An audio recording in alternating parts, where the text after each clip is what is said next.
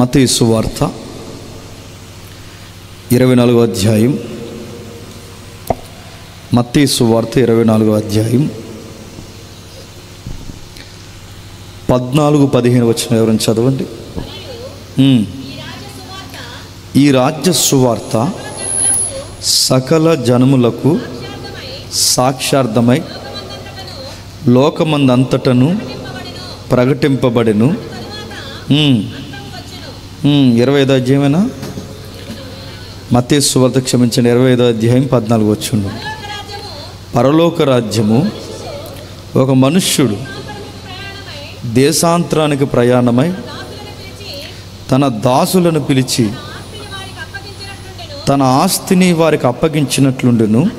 అతడు ఒకనికి 5 తలంతులను, ఒకనికి 2, ఒకనికి 1 ఎవని సామర్థ్యం చొప్పున వారికిచ్చి దేశాంతరము పోయెను. 5 తలాంతులు తీసుకున్నవాడు వెళ్ళి వాటితో వ్యాపారము చేసి సంపాదించాను. అలాగునని 2 తీసుకుని వాడు మరి 2 సంపాదించాను. ఆగుదాం. తెలిసిన సందర్భం. సండే స్కూల్ లెవెల్ నుండి కాస్తంత సుపరిచితమైన సందర్భాలు ఇదొక సందర్భం. క్రైస్తవ అక్షరాలు, భావజాలం, క్రైస్తవ టెర్మినాలజీ మనకు అర్థమవుతుంది కనుక తెలిసిందిలే అనుకుంటాం. కానీ తెలియాల్సిన సందర్భాలు ఇందులో చాలా ఉన్నాయి. ప్రభు అయిన యేసుక్రీస్తు వారు భూమి మీద సంచరిస్తున్నప్పుడు తన 33.5 సంవత్సరాల్లో సమకాలీన సమాజానికి అనేకమైన బోధలు ఆయన చేస్తున్నప్పుడు ఆ బోధలలో ప్రజలకు అర్థమయ్యేలా వారి కళ్ళ ముందు జరుగుతున్న పరిస్థితుల్ని ఉపమానాలుగా చెప్పేవాడు. అలాంటి ఉపమానాల్లో ఈ ఉపమానం ఒకటి. ఈ ఉదాహరణలో మనం నేర్చుకోవాల్సింది ఏంటంటే, అక్కడ యజమానుడు అంటే నిజంగానే ఎవరో పెద్ద ఆయన అనుకోకండి. అక్కడ యజమానుడు ఎవరితో పోల్చుకున్నాడంటే దేవుడితో. ఆ దేవుడితో పోల్చుకున్న యజమానుడు దేశాంతరం వెళ్ళాడట. ఒకనికి 5, ఒకనికి 2, మరొకనికి 1. ఇక్కడ ప్రాబ్లం ఎక్కడొచ్చిందంటే, ఈ దేవుడితో వచ్చిన గొడవ మీరు జాగ్రత్తగా గమనించండి. ఆయన ఊరు వెళ్తున్నప్పుడు ప్రాబ్లం రాలేదు, ఆయన ఊరి నుంచి తిరిగి వచ్చినప్పుడు ప్రాబ్లం రాలేదు. ఒకనికి 5 తీసుకున్నప్పుడు ప్రాబ్లం లేదు, 1, 2 తీసుకున్నప్పుడు ప్రాబ్లం లేదు. ప్రాబ్లం వల్ల ఎప్పుడు వచ్చిందంటే, ఈ దేవుడితో వచ్చిన గొడవ ఈయన అడుగుతాడు. ఈయనకి ఇవ్వడమో తెలుసు, అడగడమో తెలుసు. ఏదన్నా ఇస్తే ఈ దేవుడు అడుగుతాడంటే అడుగుతాడు. ఈయనకి అకౌంటబిలిటీ ఎక్కువ. మనం అడగడమే తెలుసు, తీసుకున్న తర్వాత బాధ్యతగా ఉండడం మనకి తెలియదు. దానివల్ల ఎఫెక్ట్ అవుతామంటే ఖచ్చితంగా ఎఫెక్ట్ అవుతాం. 10 మంది కుష్ఠరోగులు శుద్ధులయ్యారట. ఒకరు యేసుప్రభు వారిని ఎత్తుక్కుంటూ తిరిగి వచ్చాడట. వచ్చినోడిని బాగా వచ్చావురా అని ఆయన మెచ్చుకోకుండా అతగాడిని అడిగిన మాట ఏంటో తెలుసా? ఆ 9 మంది ఏరి అని అడిగి. ఈ దేవుడు ఎప్పుడు మీరు గుర్తుపెట్టుకోండి, ఆదికాండం నుంచి ప్రకటన గ్రంథం వరకు ఆయన ఖచ్చితంగా ఆయన అడిగే దేవుడు. ఆయన అకౌంటబిలిటీ ఎక్కువ ఆయనకి. ఆ అకౌంటబిలిటీ ఉంది కనుక ఆదాము పండు తెచ్చినప్పుడు నువ్వు ఎక్కడున్నావు అని అడిగాడు. కయ్యేను తప్పు చేసినప్పుడు నీ తమ్ముడెక్కడా అని అడిగాడు. యాకోబు పేరు దోబూచులాడుతున్నప్పుడు నీ పేరేంటి అని అడిగాడు. అంటే ఈ దేవుడు ఎలాంటోడంటే అన్నీ తెలిసి కూడా చెప్పండి అడుగుతాడన్నమాట. ఆ అడిగినప్పుడు సరిగ్గా మనకు లెక్క తోగలేదనుకోండి, దానివలన దేవుని చేత పొందుకునే వాటికన్నా దేవుని చేత మనం తినే పనిష్మెంట్లు ఎక్కువ ఉంటాయి. ఎందుకు ఈ ఉదాహరణ ఎత్తుందా అంటే, బైబిల్లో నేను చాలా దిక్కుని చెప్పిన సందర్భం మీకు చెప్తున్నాను. బైబిల్లో రోజు రోజుకి దేవుని యొక్క దీవెనలు పొందుకుని ఎదిగిపోయిన మనుషులు ఉన్నారు. అదే దీవెనలు తీసుకుని మళ్ళీ కనబడకుండా ఆ దీవెనల వలన నాశనం అయిపోయిన వాళ్ళు కూడా ఉన్నారు. ఈ 2 వర్గాల వారు బైబిల్లో కనబడతారు.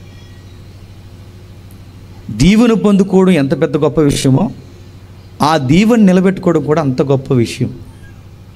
అది నిలబెట్టుకోవడం చేత కాకపోతే ఏ దీవెనైతే మనం తీసుకున్నా దానివల్ల మనం ఎఫెక్ట్ అవుతాం, ప్రమాదం జరుగుతుంది. అందుకే 5 తీసుకున్నవాడు 5 బాధ్యత కాపాడినప్పుడు ఇంకా ఇచ్చాడు. 2 తీసుకున్నవాడు 2 కాపాడినప్పుడు ఇంకా ఇచ్చాడు. ఆ 1 తీసుకున్నాడు బాధ్యత మర్చిపోయి చూసారా, ఆడి సంగతి తెలిసాడు. ఈ ఎగ్జాంపుల్ మనం వింటున్నప్పుడు మీకు ఏం గుర్తు రావాలంటే, మోకాలు లేస్తే అడుగుతాం, ఏమని అడుగుతాం చెప్పండి? మాకు అది ఇచ్చే ప్రభువా, ఇది ఇచ్చే ప్రభువా, అది ఇచ్చే ప్రభువా, ఉద్యోగం ఇచ్చే ప్రభువా, డబ్బులు ఇచ్చే ప్రభువా, పిల్లల్ని ఇచ్చే ప్రభువా, వాకుల్ని ఇచ్చే ప్రభువా, ఆరోగ్యం స్వస్థపరచు ప్రభువా. అలాగే మా ఎదురింటోళ్ళని పక్కింటోళ్ళని ఎంత లిస్ట్ చదువుతామో, మొత్తం కిరాణా లిస్ట్ తిప్పుతాం. మొత్తం లిస్ట్ అంతా తిప్పి ఎంతో బాగా దేవుడు అడుగుతాం. ఆ దేవుడు ఇస్తాడు, ఎందుకంటే ఆయన రొట్టెని అడిగితే రాతినిచ్చే రకం కదా, అంతకు మించే ఇస్తాడు. కానీ ఆయన దగ్గర వచ్చిన గొడవలు ఏంటంటే షరతులు వర్తిస్తాయి. ఆ షరతులు సరిగ్గా ఆయన దగ్గర మనం సరిపోకపోతే ఆ షరతుల విషయంలో ఆయన చాలా సీరియస్ యాక్షన్ తీసుకుంటాడు. ఆయన కొట్టడు, తిట్టడు. ఏ దీవెనలైతే మనం ఇచ్చామో ఆ దీవెనల వల్లనే ప్రమాదకరమైన విషయాలు జరుగుతాయి. 3 ఎగ్జాంపుల్ చెప్తాను, జాగ్రత్తగా వినండి. బైబిల్ మనం అలా చదువుకుంటూ వెళ్ళిపోతే ఎక్కువగా క్యారెక్టర్ స్టడీలు ఎక్కువ ఉన్నాయి, వ్యక్తుల యొక్క జీవిత వృత్తాంతాలు ఎక్కువ ఉన్నాయి బైబిల్లో. ఇంకా మనం జాగ్రత్తగా డీప్గా వెళితే చరిత్ర కన్నా ఎక్కువ మానవ జీవితాలకు ఎక్కువ పెట్టేశాడు, మానవ స్థితిగతులకే పెద్ద పెట్టేశాడు. ఖగోళం కోసమైనా తక్కువ చెప్పాడేమో కానీ, భూగర్భ శాస్త్రం కోసమైనా తక్కువ చెప్పాడేమో కానీ, వ్యక్తుల యొక్క వికాసాన్ని గురించి ఎక్కువ బైబిల్లో రాశాడు, మానవ హృదయాలను గురించి ఎక్కువ రాశాడు. మనుషులు ఎక్కడెక్కడ ఫెయిల్యూర్ అవుతారో ఆ సంగతులన్నీ ఆయన చాలా చాలా సున్నితంగా రికార్డ్ చేశాడు. ఆయన అందులో 3 విచిత్రమైన కేసులు చెప్తాను, జాతకంగా. ఇశ్రాయేలు అనే ఒక వ్యవస్థ తెలుసుగా, ఆ ఇశ్రాయేలు అనే ఒక వ్యవస్థకి ఒకరోజు పొలిటికల్ ప్రాబ్లం వచ్చింది, రాజకీయ సంబంధమైన సమస్య. అప్పటి వరకు ఆ దేశంలో అంత రాజకీయాలు లేవు. వాళ్ళకి నాయకులు ఎవరైనా ఉన్నారంటే ప్రవక్తలు, వాళ్ళకి న్యాయాధిపతులు, దేవుని చేత నియమింపబడిన నీతిమంతులు. వాళ్ళ చేత దేశం సరిగ్గా నడుస్తూ వెళ్ళిపోతూ ఉన్నప్పుడు ఒక కుటుంబం వలన కొత్త రాజకీయాలు ఇజ్రాయెల్ దేశంలో ప్రారంభమైంది. అది ఏ కుటుంబం మనకు తెలుసు, సమూయేలు కుటుంబం. సమూయేలు కుటుంబం వలన రాజకీయాలు స్టార్ట్ అవడం ఏంటి? ఎందుకంటే పండిత గర్భ అన్నట సొంటలు పుట్టారట. అలాంటి సొంటలు పుట్టారు ఎవరికి? సమూయేలు గారికి. సేవతో వ్యాపారం చేయడం, సేవను అడ్డెట్టుకుని నచ్చిన వల్ల తినడం, సేవలో నచ్చినట్టల్లా తిరగడం, ఇలాంటి పిచ్చి పనులన్నీ సమూయేలు కొడుకులు చేసేవారు. ఎప్పుడైతే ఈ కొడుకులు చేస్తున్న దుర్మార్గమైన చర్యలు, ముఖ్యంగా లంచాలు, ఈ లంచాల విషయంలో ప్రజలు విసిగిపోయారు. డబ్బున్నవాడికి ఒకలా తీర్పు తీర్చడం, డబ్బు లేనివాడికి ఒకలా తీర్పు తీర్చడం, ఈ దొంగ తీర్పులకి పేద బతుకులు రోడ్డెక్కి అరిశాయి. మెజారిటీ ప్రజలందరూ బాధపడిపోయారు. వాళ్ళందరూ కలిసి ఒకరోజు సమూయేలు దగ్గరకు వచ్చి ఏమన్నారంటే, నువ్వు ఉండగానే నీ కొడుకులు ఎంత లంచాల విషయంలో తైతక్కలేసాలు వేస్తున్నారంటే, రేపు పొద్దున్న నువ్వు వెళ్ళిపోయిన తర్వాత ఇంకేం జరుగుతాయి?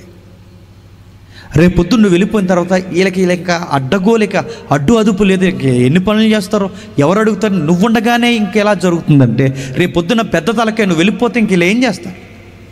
అందుకే మేమంతా కలిసి ఒక వాయిస్కి వచ్చాం, మేమంతా కలిసి ఒక మాట మీదకి వచ్చేసాం. ఆ మాట ఏంటంటే, మీరుండగానే మాకు ఒక రాజు కావాలి. మాకు రాజు కావాలన్న విషయం ఎప్పుడైతే సమూయేలు బాధపడిపోతారు. మనకు రాజులు ఏంట్రా? మన రాజు ఎవరైనా ఉన్నారంటే యెహోవా. మన రాజు ఎవరైనా ఉన్నాడంటే ఐగుప్తి నుంచి విడిపించిన సైన్యములకు అధిపతి యెహోవా. అలాంటి యెహోవాని రాజుగా కాదని మానవులైన మనం తోటి మానవుడిని రాజుగా చేసుకోవడం ఏంట్రా? ఇది సరి అయిన విషయమైనా, సబవేనా? ఇలాంటిది మనకు కుదరదని బాధపడుతూ ఆ బాధను పట్టుకెళ్ళి దేవుడి దగ్గరికి చెప్తే దేవుడు ఇలా అన్నాడు, సమూయేలు నువ్వెందుకు బాధపడుతున్నావు? బాధపడాల్సింది ఏమన్నా ఉందంటే నేను బాధపడాలి. ఆ మాటకు అర్థం ఏంటో తెలుసా? దేవుడు గోప్యంగా చెప్తాడు. ఆ మాటకు అర్థం ఏంటంటే, నీ కొడుకులే తిన్నంగుంటే వాళ్ళ నోట ఏ మాట రాదు? రాజు కావాలన్న మాట రాదు. వాళ్ళు అలా అడుగుతున్నారంటే ప్రాబ్లం వారిలోనే కాదు, ప్రాబ్లం నీ ఫ్యామిలీలో. అందుకే నీ కొడుకులు తినంగా రిప్రజెంట్గా ఉండలేకపోయారు కనుక వాళ్ళకి ఇప్పుడు న్యాయాధిపతి కావాలి, రాజు కావాలి. వాళ్ళు అడుగుతున్నారు. నువ్వు బాధపడకు, నేను బాధపడుతున్నాను. ఆయన ఒక విషయం చెప్పు, ప్రజలకు ఏమని చెప్తావంటే, మనుష్యుడు సాటి మనుష్యుడు మనిషికి రాజు అయితే, ఒక మనుష్యుడు మరొకడు అధికారి అయితే, ఆ అధికారైన మనుష్యుడు ఇతర మనుషుల్ని బానిసలు చేసుకుంటాడు. వాడు రథాల ముందు పరిగెట్టాలి, వాడు గుర్రాల ముందు పరిగెట్టాలి, వాడికి నచ్చిందల్లా చేయాలి, వాడికి ఊడిగించేయాలి, వాడికి స్నానాలు చేయించాలి, వాడికి అన్నం వండించాలి, ఇలాంటి పనులన్నీ చేయాలి. మీ పిల్లల్ని పరిపాలిస్తారని మీరు అనుకుంటున్నారు, కానీ వచ్చినోడు పరిపాలించడు. వాడు ఏం చేస్తాడంటే మీ కుటుంబాలను ఊడిగం చేయించుకుంటాడు. మరి ఏం చేయాలి ప్రభు అని వాళ్ళు అడుగునప్పుడు నువ్వు చెబుతావు సమాధానం అని ఇంత మ్యాటర్ ప్రిపేర్ చేసి ఆ సమయాల ద్వారా దేవుడు ప్రజలకు చెప్పిస్తే మొత్తం వినేమన్నారంటే మాకు రాజే కావాలన్నారు. దేవుడు ఒకసారి చెప్తాడు, రెండుసార్లు చెప్తాడు, ఇక మూడోసారి చెప్పడు. వాళ్ళు అడిగినట్టు రాజునిచ్చాడు. ఇంకా వాళ్ళు అడిగినట్టు ఎప్పుడైతే రాజునిచ్చామన్నాడు, రాజుని తీసుకున్నారు. ఆ రాజు ఎవరో మనకు తెలుసు.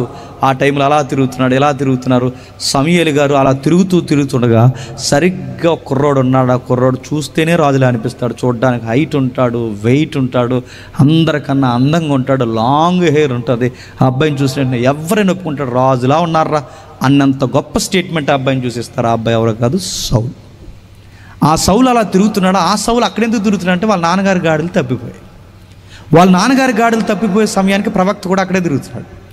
ఎప్పుడైతే ప్రవక్త అక్కడ తిరుగుతున్నప్పుడు దేవుడు అన్నాడు, ఇతన్ని అభిషేకించి అన్నప్పుడు వీళ్ళు మాట్లాడుతూ దేవుడు నిన్ను రాజుగా చేయాలనుకుంటున్నాడు అనగానే సౌలు ఏం చేశాడు మన తెలుసు, అక్కడి నుంచి పారిపోయాడు, భయపడిపోయాడు.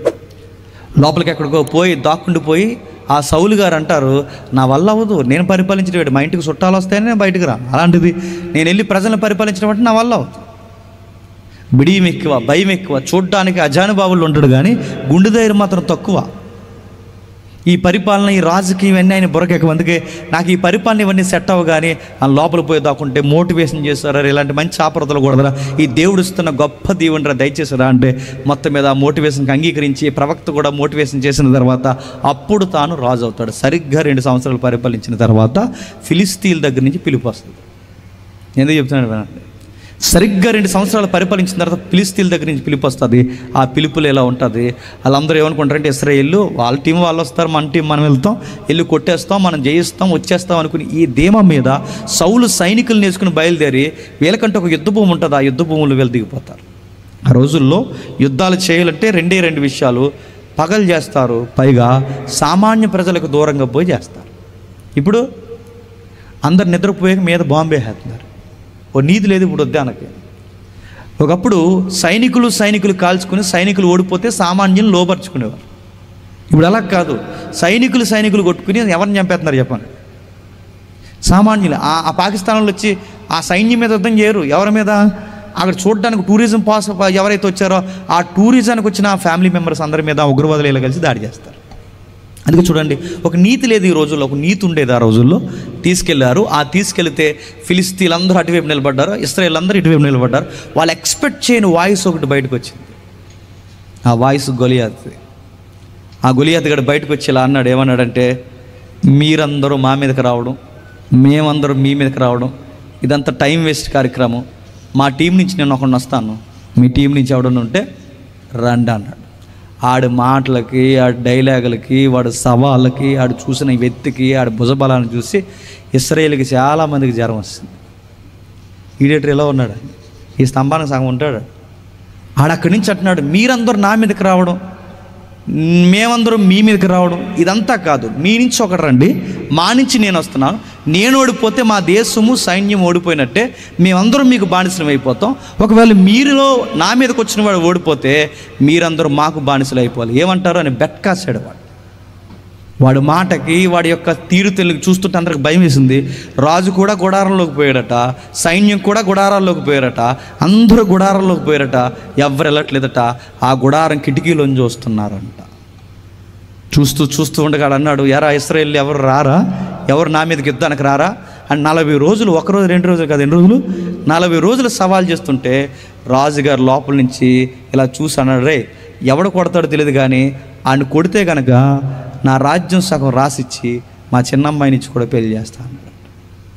లోపల కూర్చుని బెట్టలు కాస్తున్నాడు ఎవరు, రాజుగారు. నిజానికి ఫైట్ జరిగినప్పుడు చావో రేవో ముందు వరుసలో ఎవరు నిలబడాలి చెప్పండి, రాజు నిలబడాలి. కానీ ఆయనకి నాయకత్వ లక్షణాలు లేవు. ఆయన ఏం చేస్తాను, లోపల కూర్చొని నువ్వు వెళ్ళరా అంటున్నాడు. ఎవడో కూడా ముందు చూస్తున్నాడు. ఇప్పుడు కూడా చూసారా, నాయకులు ఎప్పుడు బాగానే ఉంటారు, నలిగిపోయేది అందరూ ఎవరు చెప్పండి, ఎంకరేజ్ చేస్తారు. నువ్వు వెళ్ళరా, నీకు గిఫ్ట్ ఇస్తాను, నువ్వు వెళ్ళరా, నీకు సాల్వ్ చెప్తాను, నువ్వు వెళ్ళరా, ఇలాంటి చెప్తారు. ఎప్పుడు వెనకండి అలాంటి ఎవరైనా చెప్తే మీరు అలా వెళ్ళమని అంటే ముందు మీరు వెళ్ళండి, మీ వెనకాల మేము వస్తామని అంటే రాజు కూడా అలా చేస్తున్నాడు, పంపిస్తున్నాడట. ఎవడెళ్తాడికి నా రాజ్యం ఇస్తాను, ఎవడెళ్తే వాడికి నా కూతుర్ని ఇస్తాను, ఇలాంటి మాటలు ఎప్పుడైతే చెబుతున్నాడో ఈ చెబుతుండగా ఈ లోపల దావీదు గారు వాళ్ళ నాన్నగారికి అన్నీలకి ఫుడ్ పంపాలన్న ఆలోచన వచ్చింది. దావీదు అన్నీలు అప్పుడు సైన్యంలో పనిచేస్తున్నారుగా, వాళ్ళకి ఫుడ్ పంపాలి. ఎందుకంటే ఆ రోజుల్లో ఏం జరుగుతుందో టౌన్లో ఊర్లో తెలుస్తుందా? ఇప్పుడంటే వాట్సాప్లో ఉన్నాయి కనుక ప్రతిదానికి సీటుకి మాటికి సెల్ఫీ తీసి స్టేటస్తో డీపీ పెడేస్తుందమ్మా. ఎందుకంటే అప్డేట్. ఎందుకంటే ఇప్పుడు చెరువు దగ్గరికి వెళ్ళిన ఒక అప్డేట్, రోడ్డు మీద ఉన్న ఒక సెల్ఫీ, బాత్రూంలో పోయిన ఒక సెల్ఫీ, ఎక్కడ పోయినా ఒక సెల్ఫీ, ఈ మీటింగ్ వస్తే ఒక సెల్ఫీ, ఆడ కూర్చున్నందుకు ఒక సెల్ఫీ, నువ్వు బైబిల్ చదువుతున్నట్టు కూడా సెల్ఫీ. ప్రతిదీ అప్డేట్ ఉంది ఇప్పుడు. ఎందుకంటే సోషల్ మీడియా వేగం ఉంది. ఆ రోజుల్లో ఏముంది? ఆ రోజుల్లో ఏమీ లేదు కనుక, ఆ రోజుల్లో తెలియదు కనుక ఎవరో ఒక వ్యక్తి అయినా వెళ్ళాలి, ఏదో ఒక వార్తాహరుడు వెళ్ళాలి. ఆ వెళితే కానీ అక్కడ ఏం జరుగుతుంది ఎవరికి తెలియదు. అందుకే దావీదు గారి నాన్నగారు కానీ ఊళ్ళో కానీ ఎవరికి తెలియదు ఏంటంటే అందరూ యుద్ధం చేసేస్తున్నారు అనుకుంటా, కానీ అక్కడ యుద్ధం లేదు. ఎందుకంటే ఆ నిలబడినందుకు రమ్మంటున్నాడు 40 రోజుల నుంచి. ఆడిని చూస్తే అందరికి భయం వేస్తుంది, ఎవరు వెళ్ళట్లేదు. ఈ లోపల దావీదు గారి నాన్నగారు తెలియక తెగ యుద్ధం చేస్తున్నారు. పెద్ద పిల్లలు అందరూ, అది ఆయనకు పుట్టిన పెద్దోళ్ళు ఉన్నారు కదా, దావీదు కన్నా పెద్దోళ్ళు, తెగ యుద్ధం చేస్తున్నారు, బిడ్డలు అలసిపోయి ఉంటారని ప్రోటీన్ ఫుడ్ పంపించారు. ఆ జున్నుగడ్డలు ఇవన్నీ ఎక్సెట్రా ఉంటాయి చూసారా, ఆ ఫుడ్ అంతా ఆ జున్నుగడ్డలు పెట్టారా, కుర్రాడు ఎలా రా అని గొర్రెలు కాసుకుంటున్న దావీదు గారిని పిలిచి ఆ పని ఆపించి మళ్ళీ ఒక కొత్త పని చెప్పి అన్నీళ్ళకి క్యారేజ్ పట్టుకెళ్ళు అని చెప్పి అన్నీళ్ళకి క్యారేజీలు పంపించారు. ఎప్పుడైతే వాళ్ళ క్యారేజ్ పట్టుకుని వస్తున్నాడు, ఈ వస్తున్నప్పుడు ఈ కుర్రాడు అందరిలాంటి కుర్రాడు కాదు, సరిగ్గా అరుస్తున్న అరుపులు అన్నాడు. విని అని అన్నాడు, సరే ఇదంతా కాదు కానీ ఆడేదో అంటున్నాడు సార్ అన్నాడు. ఈ పెద్దోళ్ళందరూ అన్నారు, ఆడు అలాగే అంటాడు, మేము వింటలేదు, నువ్వు కూడా వెనకు అన్నాడు. ఆడెవడు సార్ సున్నతి లేనోడు, నిబంధన కలిగిన ప్రజలను అనడానికి వాడు ఎవడు సార్ అంటే, రే చూసారమ్మంటే కాల్చొచ్చే రకంలో ఉన్నావేటి, మేము వింటలేదు, నువ్వు వెనకు, నువ్వు రిప్లై ఇచ్చావంటే ఇప్పుడు ఆడు గుడారాల మీదకి వచ్చేస్తాడు, ఏమనకు, మీ అన్నీళ్ళు క్యారేజీలు ఇమ్మని మీ డాడీ పంపించాడుగా, ఇచ్చేసి పో అని చెప్తాడు. అది కాదు సారు, వాడు ఎవడండి అంటాకంటే, నువ్వెవరి తాలికి రాసాడే అని అడిగారు. మొత్తం మీద ఆ వార్త మొత్తం చెప్పి వాళ్ళ అన్నయ్యకి చెప్పేశారు, బాబు మీ తమ్ముడట 40 రోజులు ఏదో మెయింటైన్ చేస్తున్నాడు, అరిసరిసిపోతాడు, తర్వాత మనం ఎలా పోదామని మనం అనుకుంటున్నాం, మీ తమ్ముడు కుదురుంగుండక ఆడెవడని ఆడి పేరు అడుగుతున్నాడు, ఊరు అడుగుతున్నాడు, ఆయన కొడితే ఏం జరుగుతుందని అన్నీ అడుగుతున్నాడు, మీ తమ్ముళ్ళలో అందేటి ఇప్పుడు ఆడు రిప్లై ఇచ్చి ఉంటే ఆడు మన మీద నుంచి నడిచి వెళ్ళిపోయేలా అన్నాడు. ఇలాంటిది మీ తమ్ముళ్ళలో అంది అక్కడ ఉన్నాడని చెప్తే వెంటనే పరుగున వచ్చారు.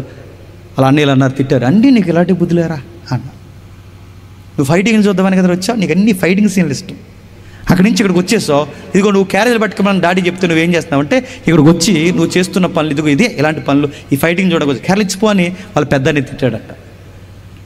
అలానే తిరిగినారు, పక్క వచ్చి మళ్ళీ కుర్రాడు ఏం మారడు, చేయాలని కూడా చేస్తాడు, ఏదైనా పక్క వచ్చి అన్నాడు, సార్ అదంతా కాదు కానీ అసలు ఆయన కొట్టేస్తే రాజుగారు ఏం గిఫ్ట్ ఇస్తా అన్నారు సార్ అని అడిగాడు. ఏంటి ఆయన కొట్టేద్దావా అన్నాడు. ఆయన కొట్టేద్దాం అనుకుంటున్నాం సార్, ఆయన కొట్టితే ఆయన చంపితే రాజుగారు ఏం గిఫ్ట్ ఇస్తానంటున్నారు సార్ అంటే, ఏం గిఫ్ట్ ఇవ్వడం ఏంటి, రాజుగారు సగం రాజ్యం ఇస్తారట, అలాగే వాళ్ళ అమ్మాయిని ఇచ్చి పెళ్లి చేస్తారంటాను. కానీ దావీదు అన్నాడు, ఆ స్టాండింగ్లో ఉండమని చెప్పి అన్నాడు. అంటే ఏట్రా అని అడిగారు. రాజుగారి దగ్గర తీసుకెళ్ళి, సార్ ఆడెవడో కుర్రోడు ఎంత ఉన్నాడు, ఆ గోల్డెన్ హెయిర్, నువ్వు నీకు మీసాలు వేసుకుని కుర్రోడు సార్ చూడడానికి చాలా అట్రాక్షన్గా ఉన్నాడు, ఆడు చెప్తున్న మాటలు చూస్తుంటే మనకే ధైర్యం వస్తుంది, ఆయన తీసుకురమ్మంటారంటే ప్రవేశపెట్టండి అన్నారు. రాజుగారి దగ్గర తీసుకొచ్చారు. రాజుగారు అడిగారు, బాబు ఎవరు మీదంటే పలానా మా అన్నయ్యలు ఇక్కడే పని చేస్తున్నారు అనకన్నప్పుడు దావీదు గారిని అడిగారు, ఏంట్రా అంత ధైర్యం ఏంటరా నీకని అడిగితే, నా లైఫ్లో 2 కేస్ స్టడీలు ఉన్నాయి సార్ చెప్పమంటారా అన్నాడు. ఏంటి నీ లైఫ్లో ఉన్న 2 కేస్ స్టడీలు? ఒకరోజు నేను గొర్రెలు మేపుతూ ఉండగా నా గొర్రెల మంద మీదకి ఎలుగుబంటి దాడి చేసింది సార్. నేను గొర్రెలు మేపుతుండగా నా గొర్రెల మంద మీదకి ఎలుగుబంటి దాడి చేసింది. ఏం చేసావు, పారిపోయావా? కాదు సార్, దాన్ని పరిగెట్టించి గడ్డం పట్టుకుని దాన్ని తిరగేసి కొట్టి చంపేశాను సార్. ఇప్పుడు బాగా వినండి, మనం ఎప్పుడైనా అడవులో సంచరించినప్పుడు మన మీదకి ఎలుగుబంటి వస్తే టెక్స్ట్ బుక్లో ఏం చేయమని చెప్పారు? ఊపిరి బిగించేసుకుని అలా శవాలను బిగిస్తే అప్పుడు ఎలుగుబంటి వచ్చి శవాలను మనం ఏం చేయకూడదు, మనం గౌరవించాలి, ప్రగాఢ సానుభూతి తెలియజేస్తున్నాను అంటదా?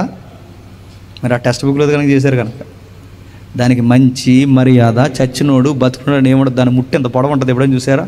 అది ఇలా పట్టుకొని ఇలా గిజాయించేసి దానికి గోర్లు ఉంటుండే ఇలా లాగేసి దానికి అది ఒక రకమైన పిచ్చి ఉంటుంది. ఆ బరువు అంతా మీద వేసేసి ఆ మొత్తం అక్కడ ఉన్న ఆ జంతువు అయినా మనిషి అయినా మొత్తం రచ్చ చేస్తే ఒక పద్ధతి ఉంటుంది దానికి. అందుకే అది పద్ధతిలా గొడవాడదు కనుక ఎవడైనా మీదకి వచ్చినప్పుడు ఏమంటారు తెలిసి ఎందుకు ఎలుగుబంటిలో అలా వచ్చేస్తున్నాం అంటారు. ఎందుకు ఆ ఎలుగుబంటికి ఎంత సిస్టమేటిక్గా ఫైట్ చేయదో ఈ సిస్టమేటిక్గా గొడవాడను కూడా ఎలుగుబంటితోనే పోలుస్తారు. జంతువుల్లో ప్రమాదకరమైన జంతువు ఏంటి చెప్పినా ఎలుగుబంటే, జంతువుల్లో పిరికి జంతువు ఏంటి చెప్పినా ఎలుగుబంటే. అది ఎంత పిరుగుదంటే దాన్ని ఏదో చేస్తున్నాను ముందు మనల్ని ఏదో చేస్తుంది. అందుకే పిరికిలతో ప్రమాదం ఉండాలి, ఎలుగుబండులతో ప్రమాదం ఉండాలి. ఏదో జరిగిపోతుంది ముందు మనల్ని ఏదో చేస్తారు. అందుకే ఆ ఎలుగుబండి కొట్టాడు, ఆ కొట్టిన తర్వాత కింద పడిపోయింది. ఆ కింద పడిపోయిన వెంటనే దావీదు గారు చెప్పారు, నేను కొట్టాను సార్ దాన్ని చంపేస్తానంటే, ఓ గొర్రె పిల్ల కొరకు నీ ప్రాణాలు రిస్క్లో పెట్టి ఎలుగుబండిని చంపేస్తామంటే దావీదు గారు అన్నారు, ఎస్ సార్ చంపేస్తాను. కేసు 2, మళ్ళీ నేను గొర్రెలు మేపుతున్నాను సార్. ఆ గొర్రెలు మేపుతూ ఉండగా ఈసారి సింహం వచ్చింది సార్. సింహం వస్తే ఏం చేస్తావు? ఈసారి పరిగెట్టావంటే, సింహం వస్తే నేను పరిగెట్టను కాదు, సింహాన్నే పరిగెట్టించాను. సింహాన్ని నువ్వు పరిగెట్టించడం ఏంటంటే, అదే సార్ నా మందలలోని గొర్రెని ఎత్తుకెళ్ళిపోతే నేను చూస్తూ ఎలా ఉంటాను సార్, దాన్ని తరిమేసి దాన్ని గడ్డం పట్టుకుని కొట్టి నా గొర్రె పిల్లని నడిపించి తీసుకొచ్చాను. ఆశ్చర్యపోయాడు, గొర్రె పిల్లని చంపడం ఏంటి, ఎలుగుబంటిని చంపడం ఏంటి, నీ ధైర్యం ఏంటని ఆయన అడక్కముందే దావీదు గారు అన్నారు, నా బలము నా భుజాల్లో లేదు, నా బలము నా ఆలోచనలో లేదు, నా శక్తి మానవ శక్తి కాదు, నన్ను ఎలుగుబంటి నుంచి సింహం నుంచి రక్షించిన ఒక శక్తి ఉంది, అది సైన్యములకు అధిపతియగు యెహోవా. సార్ మీకు ఒక విషయం అర్థమైతే నేను చెబుతున్నాను సార్. ఎలుగుబంటిని కొట్టే నేను, సింహాన్ని కొట్టే నేను, మృగాల్ని కొట్టి జయించిన నేను, ఈ ఎలుగుబంటి కన్నా సింహం కన్నా గొలియాతు గడి పెద్ద లెక్క ఏమి కాదు. మీరు పర్మిషన్ ఇవ్వండి, 2 నిమిషాల్లో మొత్తం తేల్చి వస్తాను. ఇంకేం ఆలోచన. ఆ 2 కేసు స్టడీలు ఎప్పుడైతే సౌలు గారు విన్నారో ఇన్స్పైర్ అయిపోయి, రై నా బుల్లెట్ ప్రూఫ్ జాకెట్లు ఏమైతే ఉన్నాయో తొడిగాను రా అన్నాడు. ఆ తొడిగేస్తారు. తొడిగేస్తే సైజులు సరిపోలేదు. ఎందుకు? దావీదు గారు ఎంత ఉంటారో సౌలేమో ఇంత ఉంటాడు. సైజులు సరిపోలేదు. ఎందుకంటే అవి ఏవైతున్నాయో యుద్ధ కవసాలు, ఆ బుల్లెట్ ప్రూఫ్ జాకెట్ లాంటివి సరిపోగా తీసేయండి రా బాబు అన్నాడు. ఎందుకంటే నాకు వాడికి లేదు ఇప్పుడు కొత్తగా, నేను ఎలాగైతే జనరల్గా ఫైట్ చేస్తానో అలాగే ఫైట్ చేస్తాను. వెళ్ళాడు, నున్నన 5 రాళ్ళు ఏరుకున్నాడు, గిర్ర తిప్పి ఒకేసారి అని కొట్టాడు. ఆ కొడితే ఆడి కింద పడ్డాడు. ఆడి కత్తి తీసి ఆడతాలే నరికేశాడు. ఆ వచ్చే ముందు ఆడికి చెబుతున్నాడు, ఏమన్నాడంటే, సైన్యములకు అధిపతి యెహోవా నామం మీద నేను వస్తున్నానని దావీదు అంటున్నాడు. అవతల ఆడట్టాడు. వాడేమంటాడంటే, నా దేవతల పేరు మీద నేను వస్తున్నాను. దావీదు ఒకటే మాట, నీ దేవతల పేరు మీద నువ్వురా, నా దేవుడి పేరు మీద నేను వస్తాను. ఈరోజు ఇశ్రాయేలు దేవుడు నిజ దేవుడో తేలిపోవాలి, నీ దేవుడు నిజ దేవుళ్ళో తేలిపోవాలి. రా, నీ దేవతల పేరు మీద నువ్వురా, నా దేవుడి పేరు మీద నేను వస్తాను. ఇశ్రాయేలు దేవుడే నిజ దేవుడని నీ తల నరికి ఆకాశ పక్షులకు విసిరేస్తాను.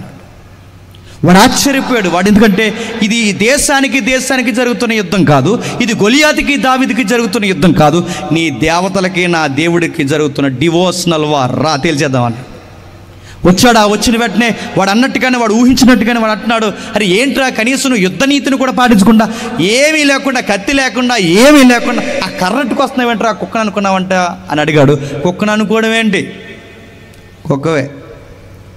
సైన్యములకు అధిపతి యెహోవా ప్రజలను తృణీకరించిన ఎవడైనా కుక్కతోనే సమానం. వస్తున్నాను, వెళ్ళాడు, ఒకేసారి కొట్టాడు. ఆ కొట్టిన వెంటనే ముందు పడ్డాడు. వాడు కత్తి చూసి వాడు తల నరికేసి, ఇప్పుడు సీన్ ఊహించుకోండి, ఈ చేత్తో తల పట్టుకున్నాడు, ఈ చేత్తో కట్టుబట్టుకున్నాడు, ఈ రక్తం చిందిన దేహంతో టౌన్లోకి వస్తున్నాడు. పక్కన రాజుగారు ఉన్నారు, దావీదు ఉన్నాడు, సైన్యం ఉన్నారు, కేరింతలు వేసుకుంటూ వస్తున్నారు. టౌన్లో కూడా వార్త వెళ్ళిపోయింది. ఆ కుర్రోడు ఎవడో వెళ్ళాడట, ఎప్పుడు యుద్ధం చేయనాడు, ఒకే ఒక దెబ్బ కుట్టాడు, తలకాయ తీసాడట. వస్తున్నాడు అనగానే పబ్లిక్ అంతా, ఇంత జనం ఎలా అవుతున్నారో అంత జనం చూస్తూ దావీదు మీద కొత్తగా ఒక పాట రాశారు. ఆ పాటే కొంపముంచింది. ఆ పాట రాశారు. ఆ పాట ఏంటో తెలుసా? దావీదుకి 10,000 సౌలుకి 1000, దావీదుకి 10,000 సౌలుకి 1000, దావీదుకి 10,000 సౌలుకి 1000 అనగానే పక్కనున్న మనిషికి తగలడిపోతుంది. ఆ మనిషి ఎవరో మీకు తెలుసు, సౌలు. బాగా నేను క్వశ్చన్ అడుగుతాను. పక్కనున్న మనిషికి ఎప్పుడైతే తగలడిపోయిందో ఆ మనిషి అన్నాడు, దావీదుకి 10,000 సౌలుకి 1000 అంటే రాజునైనా నాకు 1000, సామాన్యుడైన ఈ గొర్రెల కాపరికి 10,000, పాడినోళ్ళని పాడించిన వాళ్ళని పాడుతుంటే ఏమి అనని ఈ దావీదు సంగతి చూడాలనుకున్నా. ఆ రోజే వెస్సుపు సూపు నింపేశాడంట. పరిగెట్టించాడు. తన ఆలోచన మార్చేసుకున్నాడు. ఎందుకంటే నేను ఇలాగే ఉంటే రేపు పొద్దున్న నా కాంపిటీషన్ అయిపోతా, నా కొడుకులకి సింహాసనం రాదు, రేపు పొద్దున్న నేను ఇలాగే ఉంటే నేను ఉండగానే వీడు రాజే, పబ్లిక్లో రోజు రోజుకి ఇతగాడికి ఫేమ్ పెరిగిపోతే రేపు పొద్దున్న అధికారం ఏమవుద్ది, నేను ఉండగానే తీసేస్తాను అందుకే ఏం చేయాలి? వీడిని పరిగెట్టించాలి, తీసుకెళ్ళి చెప్పి పరిగెట్టించాడు. ఒకరోజు ఎంత దూరపడి దావీదుని చంపేనంత కోపంతో ఈట ఇస్తున్నాడు, బల్లి విస్తున్నాడు, రకరకాల పనులు చేశాడు. దావీదు దొరకలేదు. దావీదు ఒక మాట అన్నాడు, సార్ నీ కొడుకు లాంటి వాడిని, పురుగు లాంటి వాడిని, మీరు గొప్పవారు రాజులు, మీరు మా మీద పగ పెట్టడం ఏంటి సార్?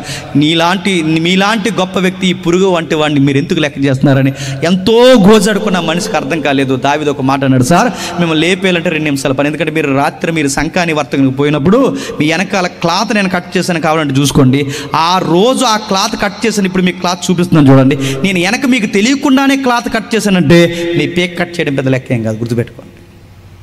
మిమ్మల్ని తీసేయాలంటే 2 నిమిషాల పని, మీకు తెలియకుండా మీ డ్రెస్ క్లాత్ అనే కట్ చేయండి, మీ పేక్ కట్ చేయడం పెద్ద లెక్క. మీరు అనుకుంటున్నారు సెక్యూరిటీ ఏది ఉందని, కానీ నేను మిమ్మల్ని హానర్ చేస్తాను. ఎందుకంటే మీరు ఎంతైనా నాకన్నా ముందు దేవుని చేత అభిషేకింపబడిన దైవజన్. అందుకే నేను మిమ్మల్ని ఏం అనలేకపోతున్నాను. మీ బుద్ధి మంచిది కాదు, మీ వైఖరి మంచిది కాదని దావీదు గారు చెప్పకనే చెబితే కొంచెం అప్పటికప్పుడు మారు మనసు వచ్చింది. నిజమే, ఎలా జరుగుతుందని ఏంటనే, ఇలా ఎప్పుడైతే తనలో తాను పశ్చాత్తాపడుతున్నాడో ఈ పశ్చాత్తాపడుతున్న టైంలో మళ్ళీ ఫిలిస్తీన్ల యుద్ధానికి రమ్మన్నారు. అప్పుడు చాలా సంవత్సరాలు నడిచింది. ఎందుకంటే గొలియాతును కోల్పోయిన బాధలు ఉన్నారు, వాళ్ళు ఏం మర్చిపోరు. మళ్ళీ ఫిలిస్తీన్ల యుద్ధానికి రమ్మంటే ఇప్పుడు వద్దన్న యుద్ధానికి పోయాడు. ఆ వద్దన్న యుద్ధానికి యెహోవాను కూడా సరిగ్గా సంప్రదించకుండా, ప్రవక్తను కూడా సరిగ్గా సంప్రదించకుండా ఆ వద్దన్న యుద్ధానికి పోతే అవతల నుంచి పనికి మనోడు బాణం వేస్తారు, సరాసరి గుండెల్లో గుచ్చుకుంది. ఎప్పుడైతే గుండెల్లో గుచ్చుకుందో ఆ గుండెల్లో గుచ్చుకున్నప్పుడు అర్థమైపోయింది సౌలు గారికి, ఇదే ఇంకా నా లాస్ట్ డే, ఇది నా చివరి రోజు అని సౌలు గారికి ఎప్పుడైతే అర్థమైందో, సౌలు గారు పక్కన బాడీ గార్డ్ ఉంటే వాడు, అరే ఆడి బాణానికి నేను చచ్చిపోవడం ఏంటి, నీ ఈటుతో నన్ను చంపారా, నీ ఈటు కొన తిప్పి నన్ను చంపారంటే ఆ బాడీ గార్డ్ అన్నాడు, నా పేరే బాడీ గార్డ్, అలాగే నా ఈటుతో మీ బాడీని ఎలాగూస్తే నా వల్ల అవుతా అన్నాడు. అసలు నా పేరే దేహ సంరక్షణ అధిపతి, మీ దేహం మీద ఏ గాయం కాకుండా కాపాడమే నా ఉద్యోగం, అలాంటిది మీ దేహాన్ని ఎలా పొడిచి మీ ప్రాణం తీయగలను, నా విధి నిర్వహణకి వ్యతిరేకమైన పని నేను చేయలేను, నన్ను వదిలేండి స్వామి అని ఏడుస్తున్నప్పుడు ఆయన అన్నాడు, ఆ ఈట ఎలాగి అని చెప్పి ఆ ఈటు కొన తన వైపుకి తిప్పుకుని తను బోర్ల పడి సూసైడ్ చేసుకుని చచ్చిపోయాడు. ఇప్పుడు చెప్పండి, సౌలు గారు అలా చనిపోవడానికి ముఖ్యమైన కారణాలు ఏంటి చెప్తున్నా? పనికిమాలిన యుద్ధానికి వెళ్ళడం.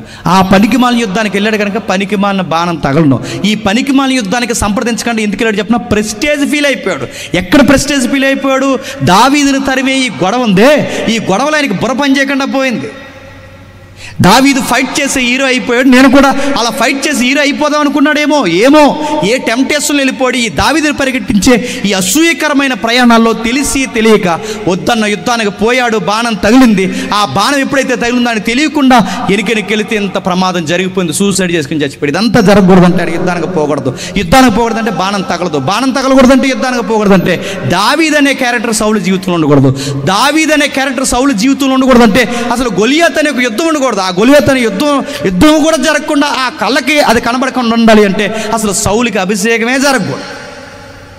సౌలుకి అభిషేకం జరగకపోతే ఫైట్ లేదు, ఫైట్ లేకపోతే గొలియాత్ లేడు, గొలియాత్ లేకపోతే దావీదు లేడు, దావీదు లేకపోతే యుద్ధం లేదు, యుద్ధం లేకపోతే బాణం లేదు. ఇదంతా జరగకుండా ఉండాలి అంటే సౌలు రాజు అవ్వకుండా ఉంటే బాగు.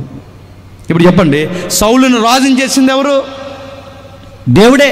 సౌలును రాజుని చేసిన దేవుడే అని అడుగుతున్నాడు. ఇప్పుడు దేవుడే సౌలును రాజుని చేస్తే ఇప్పుడు ఈ రాజుని చేసిన ఈ రాజరికమైన జీవితానికి ఏమై కూర్చుంది చెప్పండి?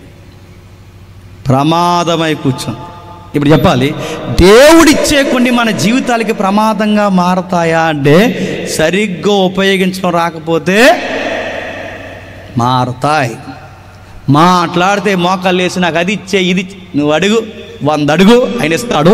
ఆ 100ని నువ్వు సరిగ్గా మెయింటైన్ చేయకపోతే అవే నీ నెత్తి మీదకి వచ్చి విలయతాండం చేస్తాయి. సౌలుకి రాజరికం ఇచ్చాడు, నిలబెట్టుకున్నాడా? తర్వాత ఏమయ్యాడు? సూసైడ్ చేసుకునే పరిస్థితిలోకి వచ్చాడు. ఇలా అవుతుందని, ఇలా జరుగుద్దని ఇచ్చిన వాడికి తెలియదా? తెలుసు. మరి తెలిసిన దేవుడు సౌలుకి ఎందుకు ఇచ్చినట్లు, ఎందుకు జరిగించినట్లు? తెలిసినా ఇలా జరుగుద్దని తెలిసిన భవిష్యత్తు తిరిగిన దేవుడు ఎందుకు సౌలుకి ఇచ్చినట్టు అంటే మంచి చేశాడా, చెడు చేశాడా, మేలు చేశాడా, కీడు చేశాడా, దీవెన్ని కాస్త ఇలా జరుగుద్దని ఇచ్చిన దేవుడికి తెలియదంటే తెలుసు. మరి తెలిసినా దేవుడు ఎందుకు ఇచ్చినట్టంటే అది మంచా చెడా, దేవుడు ఏం చేశాడు సౌలు జీవితంలో అంటే కారణం ఒకటే, దేవుడు మంచే చేశాడు కానీ అది కీడుగా మలుచుకున్నది ఎవరు చెప్పండి? సౌలు. కేస్ 2 బైబిల్లో మరొక సూసైడ్ కేసు ఉంది, సంసోన్. బాగా వినండి, ఎందుకు చెప్తున్నాను వినండి. ఆయన గారి జీవితంలో మనకు తెలుసు, ఎవరికి లేనంత ప్రత్యేకత సంసోను గారికి ఉంది. సంసోను గారికి ఆయన చూస్తుంటేనే ఒక సెంటర్ ఆఫ్ అట్రాక్షన్. ఆయన ఎక్కడుంటే అక్కడ, ఆయన ప్రజెన్స్ ఎక్కడుంటే అక్కడ ఇశ్రాయేలుకు ఒక గొప్ప ధైర్యం. ఆయన ఎక్కడుంటే అక్కడ ఫిలిస్తీన్లకి టెర్రర్ స్టార్ట్ అయిపోతుంది. ఎందుకంటే ఆ అబ్బాయి చూడడానికి 6 ప్యాక్ బాడీ ఉండదు, ఉదారమైన స్వభావం కలిగిన ఆ బాడీ బిల్డింగ్ ఉండదు, ఆయన భుజబలం లేదు, ఉన్నట్టు బైబిల్లో రాయలేదు. అంత బలవంతుడు అంటే కండలు తిరిగిన వీడు బైబిల్లో లేదు. కానీ బలవంతుడు ఎలా బలవంతుడు? ఆయన మీదకి బలమైన ఆత్మ దిగుతుంది, అదే బలం. అందరిలాంటి యువకుడే సామాన్యంగానే కనబడతారు. కానీ ఈ ప్రత్యేకత సౌలు గారికి ఎలా వచ్చిందంటే కారణం ఒకటే, దేవుని ఆత్మ వస్తూ పోతూ ఉంటుంది. ఎవరి మీదకి? సౌలు గారి మీదకి. దేవుని ఆత్మ ఎప్పుడైతే క్షమించండి సంసోను గారి మీదకి వస్తూ పోతూ ఉంటుంది.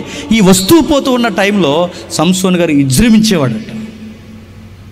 ఆయన బలానికి లేదా ఆయన యొక్క ఔన్నత్యానికి ఆయన కొడుతుంటే పచ్చిదవడ ఎముక తీసుకుని 1000 మందిని కొడితే పబ్లిక్ ఫిదా అయిపోయేవారట. ఎక్కడికక్కడ ఫ్యాన్స్ పెరిగిపోయారు సంసోను గారికి. ఆ ఫ్యాన్ ఫాలోయింగ్ ఇశ్రాయేల్ దేశంలో కాదు, ఇప్పుడు ఆ ఫ్యాన్ ఫాలోయింగ్ ఎక్కడ పెరిగింది చెప్పనా? ఫిలిస్తీన్లో కూడా పెరిగింది.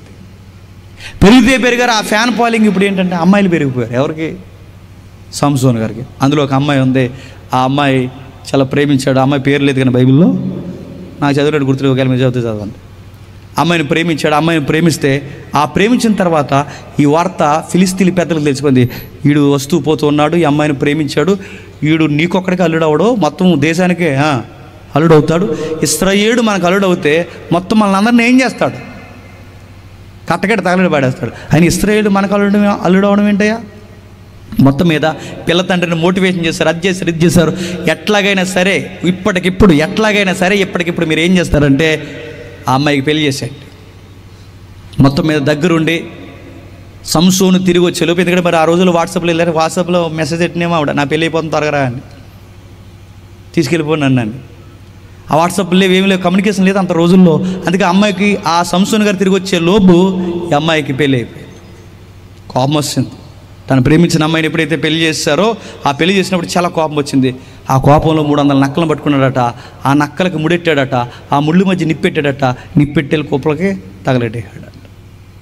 300 నక్కలను పట్టుకోవడం ఏంటి, వాటి మధ్య నిప్పెట్టడం ఏంటి, ఆ నిప్పెట్టుకెళ్ళి కుప్పలకి తగలెట్టడం ఏంటి? ఊరుకి కావలసిన ఆ బలమైన ఆహారం ఏదైతే ఉందో ఆ ఆహారం అంతా తగలడిపోయిందంట. మీరు సంసోను యొక్క విధి విధానాలు మీరు గమనించండి. 300 నక్కలను పట్టుకోవడం అంటే మాట్లాడండి, ఒక నక్క దొరకడమే చాలా కష్టం. అలాంటిది 300 నక్కలను పట్టుకున్నాడంటే ఆ మనిషి మామూలు మనిషి కాదు. రన్నింగ్ కానీ, బలం కానీ, ఫైట్ కానీ అలసిపోడు అన్నమాట. ఆయనకున్న ఆ ఎనర్జీ అందరికీ ఆశ్చర్యం. 300 నక్కలను పట్టుకుని ఆ కుప్పలను తగలెట్టేశాడు. మొత్తం కుప్పలు తగలడిపోయి అందరిని ఎత్తిమేసి ఎంగేసి కూర్చున్నారు. ఆ డిప్రెషన్ అలా తిరుగుతుండగా ఒక ఆవిడ కనబడ్డారు. ఆవిడ పేరు చెప్పండి ఇప్పుడు. దేలీలా గారు కనబడ్డారు. ఆవిడ అదో లేలా అలా ఉంటుంది. హాయ్ అంది, హోయ్ అన్నాడు. వాళ్ళిద్దరికి బాగా వస్తుంది. వాళ్ళిద్దరికి లవ్ బాండింగ్ స్టార్ట్ అయింది. ఆ స్టార్ట్ అయిన తర్వాత తన ప్యూర్గా ఉంటే బాగుండు. చిత్తులు మారే నక్క దెలీలా. ఆ దెలీలా అంది అంటే బాగుందంటే ఇంకోటి చేయమని కాదు నా ఉద్దేశం, అది కాదు. ఆ ఎప్పుడైతే ఆవిడ ఒక మాట అడుగుతుంది, డీప్ లవ్లోకి వెళ్ళిన తర్వాత సీక్రెట్స్ అడగడం మొదలుపెట్టింది. పార్కుల్లో కూర్చున్నప్పుడు, బీచ్ల్లో తిరుగుతున్నప్పుడు, ఎక్కడెక్కడైతే మీరు రెస్టారెంట్కి వెళ్తున్నారు అంది అలాంటి దగ్గర కుర్రోళ్ళని అడిగే మాట్లాడి చెప్పనా, లేదా కుర్రోళ్ళ అమ్మాయిలను అడిగే మాట్లాడి చెప్పనా, వీళ్ళు ఒకరినొకరిని అడుగునే మాట్లాడి చెప్పనా, సీక్రెట్స్ ఏమైనా ఉంటే చెప్పమంటారు. గుర్తుపెట్టుకోండి. నీ సీక్రెట్ ఏంటి, నీ ఎనర్జీ ఏంటి, నీ పేరు మీద ఎంత ఉంది, పర్సులో ఎంత ఉంది, నీ గోల్డ్ ఉందా, ఆస్తులు ఉన్నాయా, ఒక బిల్డింగేనా, 2 బిల్డింగ్లా, పెంకిటిల్లా అని అడుగుతారు. ఇవన్నీ అడుగుతారు. వీడి పోటుగల్లా ఏమీ లేకపోయినా మాకు 10 ఎకరాలు ఉందంటే వీడిది ఏమీ లేదు. వీడికి పర్సులో మొత్తం చాలా డబ్బులు ఉంటాయి, ఇవి ఇవ్వాలి, కొంచెం బిల్లు కట్టాల్సి వస్తుంది, కట్టి వస్తుంది అంటాడు. ఈ లేని బిల్డప్లు అన్నీ ఇస్తాడు, సీక్రెట్స్ అడుగుతాడు. నీది ఎలాగనగానే లేని అంతా చూపిస్తారు. మొన్న ఒక పేపర్లో వచ్చింది, వాళ్ళ నాన్న BMW కారు కొనలేదని సూసైడ్ చేసుకుని చచ్చిపోయాడు ఒక తమ్ముడు. చూసారా? ఎందుకు? అదో రకమైన బిల్డప్ ఉంటుంది. బయటికి వెళ్ళినప్పుడు ఏమైనా వస్తుంది, ఏమీ లేకపోయినా ఉన్నట్టు చూపించుకోడు. అలాంటి సీక్రెట్స్ అడుగుతుంది. ఏమైనా ఉందా, నీ సీక్రెట్ ఏంటి, నువ్వు నిలబడితే 1000 మందిని కొడతావంట, అలా కొడతావట, ఎలా కొడతావట, మా పబ్లిక్ అంతా మాట్లాడుకుంటున్నారు, నాకు కూడా తెలిసిందా, అసలు నీ ఎనర్జీ ఏంటి, ఎలా కొడతావు, ఏం తింటావు, డ్రై ఫ్రూట్స్ తింటున్నావా, ఏం తాగుతావు, బూస్ట్ హార్లిక్స్ ఏమైనా తాగుతున్నావా, అసలు ఏంటి నీ ఎనర్జీ ఏంటి, కాంప్లైనా ఏంటి అడుగుతుంది. రకరకాల సీక్రెట్స్ అడుగుతుంది. అసలు ఏం చేస్తావు అని అడుగుతున్నప్పుడు అడుగుతుండగా గమనించండి, సంసోను గారు ఒక మాట అన్నారు, నా సీక్రెట్ అందులో ఉంది, ఇందులో ఉందని ఎటకరమాడాడు. ఎటకరలాడొచ్చా పిల్లతో? పోనీ ఆ విషయాల్లో ఎటకరలాడొచ్చా? అందులో ఉందో ఇందులో అంటే మురిసిపోయి ఎటకరలని చెప్పేసాడు ఆయన. అందులో ఉందంటే ఆ సిగ్గుమాల మొఖం ఇన్ఫర్మేషన్ బయటకి ఇస్తుంది, బాబా అందులో ఉందంటే ఇందులో ఉందంట, ఆ తాళ్ళుతో కట్టేస్తే లొంగిపోతాడంటే వాళ్ళు వచ్చిన వాళ్ళంతా మెత్తగొట్టి పంపించేశారు. మళ్ళీ మొఖం పెట్టుకుని ఇలా చూసి, నువ్వు నన్ను సీరియస్గా లవ్ చేయట్లేదు నువ్వు అంది. నేనా? నిన్న లవ్ చేయట్లేదా అని సంతూర్ మమ్మీలాగా అడిగాడు. ఎస్ నువ్వే అంతే. నేను లవ్ చేయకపోవడం ఏంటి అని అంటే, మరి లవ్ చేస్తే మరి ఏం చెప్పాలి? సీక్రెట్స్ ఉండకూడదుగా. నువ్వు నా దగ్గర ఏం మెయింటైన్ చేస్తున్నావు? Secrets maintain. నేను ఎక్కడ మెయింటైన్ చేశాను అమ్మాయి అంటే, మరి నీ ఎనర్జీ ఎందులో ఉందో నాకు ఎందుకు చెప్పట్లేదు? ఓ అదా అంటే అదే చెప్పు చెప్పేశాడు. ఇసికించేసిన బైబిల్లో ఉంది, ఇసికించి పాడేసిందంట బైబిల్లో. ఇసికిస్తే బలసాలు కూడా ఏమన్నా చెప్పనా చచ్చిపోవాలనుకుంటారంట. ఎవరినైనా బాగా ఇసికించాను అనుకోండి, ఇసుకుపోయి ఎవరికి ఏమనిపిస్తుంది చెప్పండి, చచ్చిపోతే బాగుంది అనిపిస్తుంది.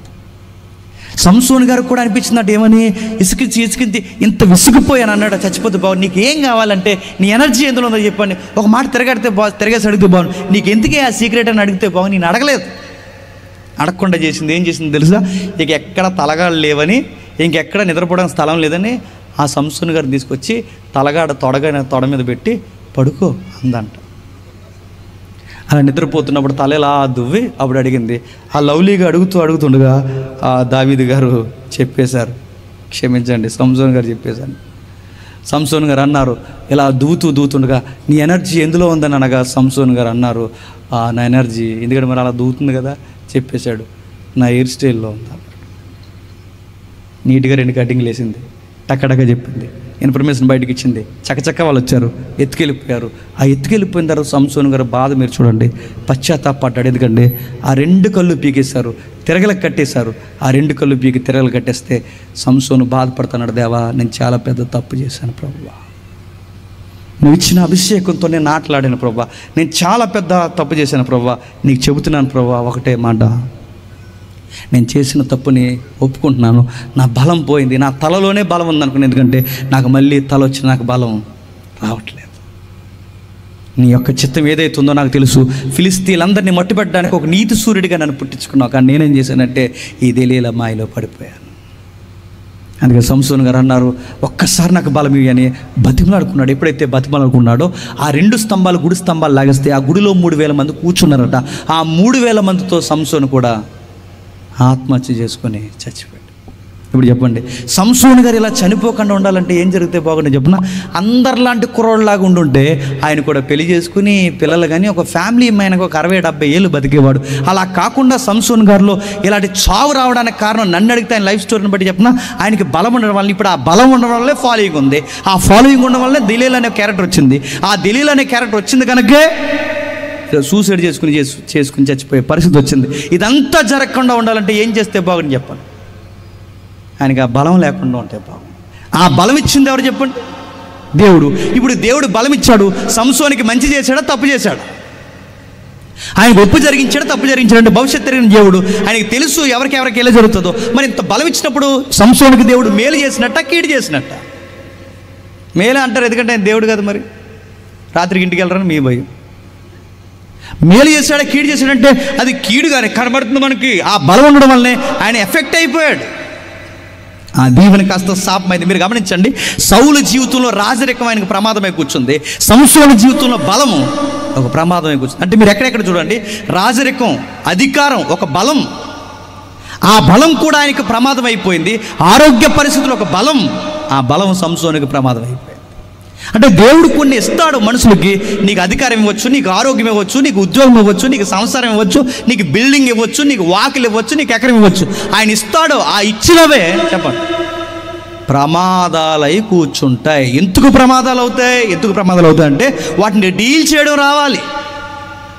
మరో కేసు ఉంటుంది, యేసుప్రభు శిష్యులు మనకు తెలుసు, 12 మంది శిష్యులు ఉంటే ఇస్కరియోతు యోధ ఒరే అసలు అర్హత లేని ఆ వ్యక్తిని తీసుకుని, ఒరే నువ్వు సేవ చేద్దుగాని రాను గౌరవపదమైన వ్యక్తితో పిలిచి ఆయన ఒక ట్రెజరీ మెంబర్ చేసి, ఆ ట్రెజరీ మెంబర్కి దొంగ చేతికి తాళాలు ఇచ్చినట్టు ఆయనకే కానుకలు సంచిస్తే సేవ నమ్మేయడమే కాదు, గురువు గారిని కూడా అమ్మేసి చివరికి అమ్మేసి ఏం చేశాడు చెప్పండి?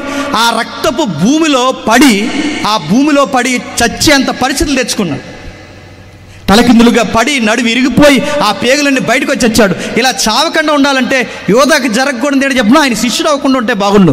శిష్యుడు అవడం వల్లే దొంగ అయ్యాడు, శిష్యుడు అవడం వల్లే ఆ ట్రెజరీ మెంబర్ అయ్యాడు, శిష్యుడు అవడం వల్లే ఆ ట్రెజరీ మెంబర్గా ఉన్న ఆయన సంచిలో డబ్బులు దొంగలించిన ఆయన సరిపోలేదనుకుని గురువు గారిని కూడా అమ్మేశాడు. ఇంత స్వేచ్ఛ, ఇంత స్పేస్ ఆయనకు దొరకకుండా ఉండాలి అంటే ఏమవ్వకుండా ఉంటే బాగుండే చెప్పనా? శిష్యుడు అవ్వకుండా ఉంటే బాగుండు, అపోస్తుడు అవ్వకుండా ఉంటే బాగుండు. ఇప్పుడు అపోస్తులత్వం ఆయన ప్రాణాలు తీసిందా లేదా? ఇలా మీరు బైబిల్లో చదువుకుంటే వెళ్ళండి, నేను చెప్పిన 3 అనేకమైన ఉంటే ఇలా చదువుతుంటే మీకు అర్థం కావాలి. దేవుని చేత మేలులు పట్టుకుని ఎదిగిపోయిన భక్తులు ఉన్నారు, అదే మేలులు పట్టుకుని నాశనం అయిపోయిన భక్తులు కూడా ఉన్నారు. ఆ నాశనాలు ఎలా వస్తాయి చెప్పినా, ఎదురింటి ఎల్లం నుంచో పక్కింటి పుల్లం నుంచో ఆడు చూపు పడిపోయింది, ఆడు కన్ను అడిపోయింది, ఇలాంటివి ఏం జరగవు, గుర్తుపెట్టుకోండి. ఏమ్మా ఈ మధ్యకాలంలో మీ కుటుంబంలో కుదురుంటట్లేదంటే ఈవిడందట ఎదురింటోళ్ళు చూపు ఎక్కువైపోయింది, వాళ్ళకి అంత సీన్ లేదు, వాళ్ళకి అంత సీన్ ఉంటే ఎప్పుడో ప్రెసిడెంట్ అయిపోదురా.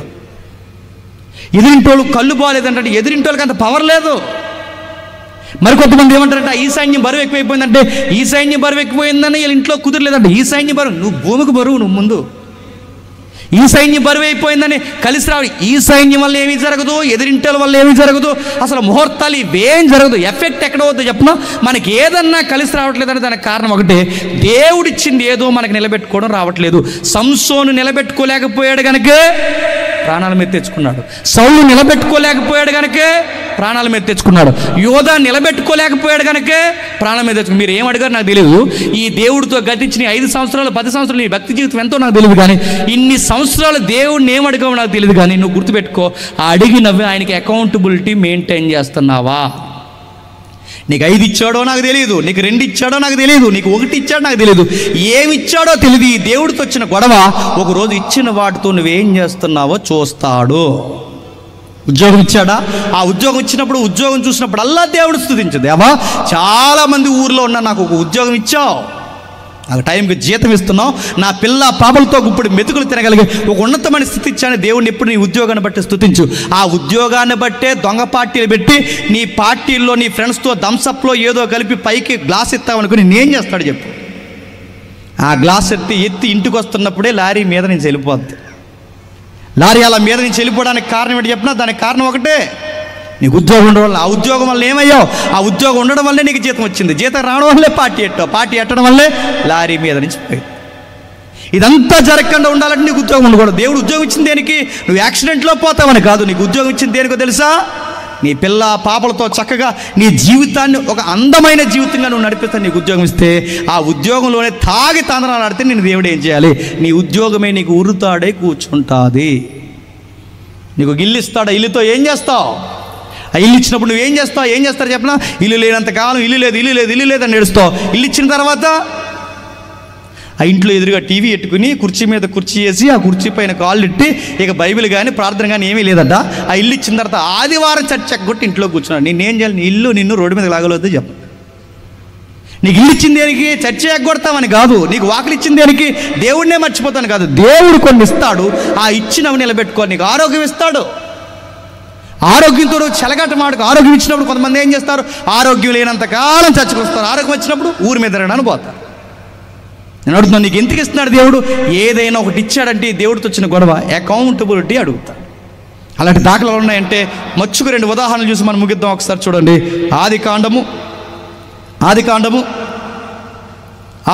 3వ అధ్యాయం 16వ వచనం చూడండి. ఈ సందర్భం మీకు ఇంకా బాగా అర్థం కావాలంటే 1వ అధ్యాయం 28వ వచనం చూడండి ఒకసారి.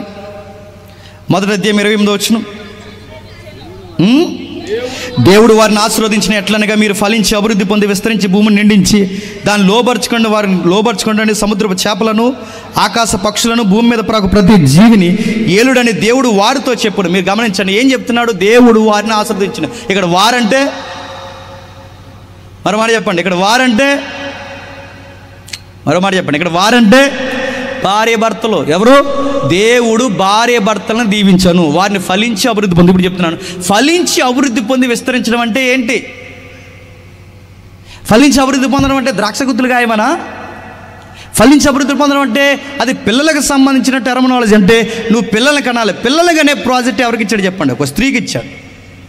అంటే ఇప్పుడు ఈ దీవెనలో భాగమేనండి. ఈ దీవెనలో ఒక బాధ్యత ఉందా లేదా?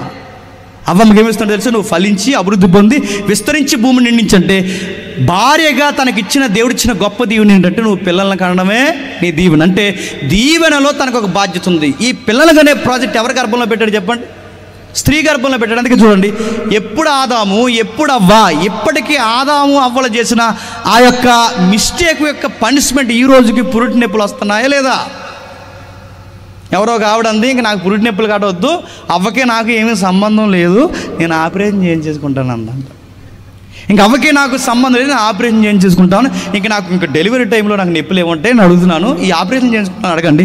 నన్ను అడిగితే నార్మల్ డెలివరీ చాలా బెటర్, ఎందుకంటే 3 గంటలకు లేచి తిరుగుతారంట అంట.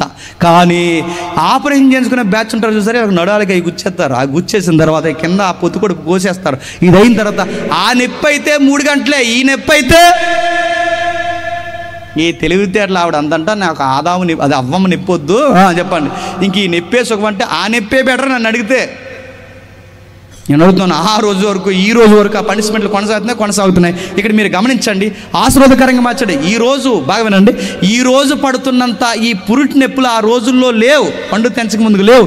ఒక సుఖమైన కాన్పు ఉండేది, ఆ కాన్పును ప్రమాదంగా మార్చుకోండి. ఫలించి అభివృద్ధి పొంది విస్తరించి భూమిని నిండించని దేవుడు చెప్పాడు. దేవుడు కిందకి ఆదాము అంటాడు, ఆకాశ పక్షుల్ని భూజంతువుల్ని ఏలండి, దీన్ని ఏలండి అని దేవుడు ఎప్పుడైతే చెప్పాడు, ఈ 2 బాధ్యతలు మర్చిపోయి ఆ చెట్టు దగ్గరకు పోయి పైనుంచి కిందకు చూశారట. అక్కడికి వెళ్ళడమే ప్రమాదం, చూడడమే ప్రమాదం. అలా ఆవిడ తినేసిందంటే, ఎందుకంటే ఆ మధ్యలో 3వోడు వచ్చాడు, మోటివేషన్ ఆడు ఒక మోటివేషనాడు.